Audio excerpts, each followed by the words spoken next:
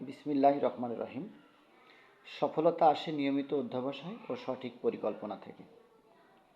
প্রিয় অষ্টম শ্রেণীর শিক্ষার্থীরা, তোমাদের সামনে এখন অষ্টম শ্রেণীর বৃত্তি পরীক্ষা।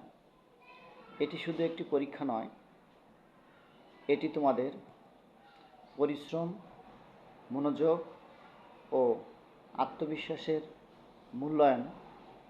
মনে রেখো, সফলতা আসে নিয়মিত অধ্যবসায় ও সঠিক পরিকল্পনা থেকে।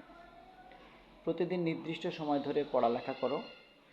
যে বিষয়গুলো তোমরা দুর্বল আছো, যে বিষয়গুলো দুর্বল মনে করো, এগুলোর প্রতি একটু বেশি করে মনোযোগী হও। শুধু মুখস্থ করে নয়, বুঝে পড়ালেখার অভ্যাস গড়ে তোলো।